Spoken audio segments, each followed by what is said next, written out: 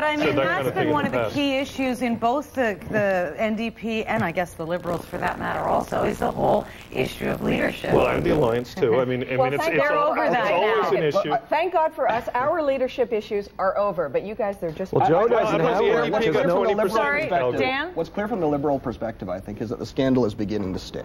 I mean, this is a government that I think more and more people say, you know what, they're out of control. You know, it's not just a dented sub that the Prime Minister has, it's a dented reputation.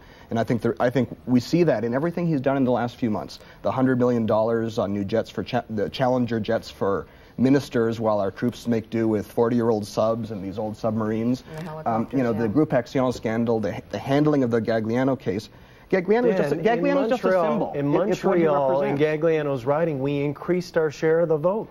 Well, we increased our share of the vote substantially in Newfoundland. Could that possibly be because of the money that may have ended up in that riding? Look, it's become conventional wisdom that sponsorships are a bad idea. I mean, if sponsorships are such a bad idea, why do tobacco companies spend millions of dollars on lawyers' fees going to the Supreme Court of Canada to argue for Wait a second. No, but it is an important issue. No, it's not the issue. Sponsorships work. Separatism is at a low level in this country. The issue was there political interference in the granting of these contracts. That is the issue. And also, was there a kickback scheme where contracts were given by the government and therefore the companies would donate money to the Liberal Party? I wonder those are the two issues. I wonder who's going to eat each other alive, Joe Clark and Stephen Harper. I mean, last year it was Joe Clark who carried the torch against the Liberals on Shawinigan. Who's the stronger leader of these guys in the House of Commons? Let me say this. We welcome Mr. Harper to the House. We look forward to working with him.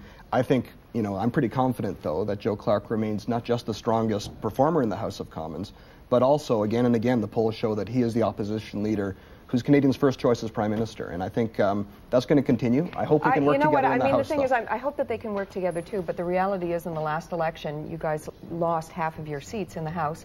And so I don't think that bodes well for... Well, we lost 3 seats and we've regained them. You lost 8 seats. It's interesting from another party's perspective, because I think Joe Clark, people see him as a statesman, and he has a very clear sort of aura about him. And party leadership matters. And for the NDP, I think we're happy things are progressing. We're still renewing, and we'll see what happens. Party leadership matters. So what happens in the Liberal Party if in Newfoundland, for example, it was a pro-Chrétienite that's out and a pro-Martinite in? Well, I mean, you know, there's all these kinds of analyses that are going on now. Was the fellow in Windsor that we had, you know, somebody associated with some other leadership candidate? None of that really matters at the end of the day. What matters is you've got an incredibly popular incumbent Prime Minister and a popular government, and they're still the government. Come the next election, people are going to be looking for alternatives. They're going to be looking for a leader and a party with a national vision, with integrity, with experience, with ideas. 2 years to go, and we have no time to go, but we'll have you all back Thursday for more on all kinds of things. So thanks for this today. Over to Jeff. All right, thank you, Lisa. The Cinderella story now over for the Montreal Canadiens. Thank you, Rod. Carolina scores 5 goals and 13 shots in the first period on their way to an 8-2 win. Jose Theodore pulled after that first period. Now, early in the second, Doug Gilmour's frustration showed. He got a tripping penalty, slammed the door of the penalty box like thousands of other NHLers have, and it's a terrible misconduct, especially with the score 5-1. Gilmour got 10 for that. Now, at the end of the game, it's 8-2. The Habs put Theodore back in that. He's the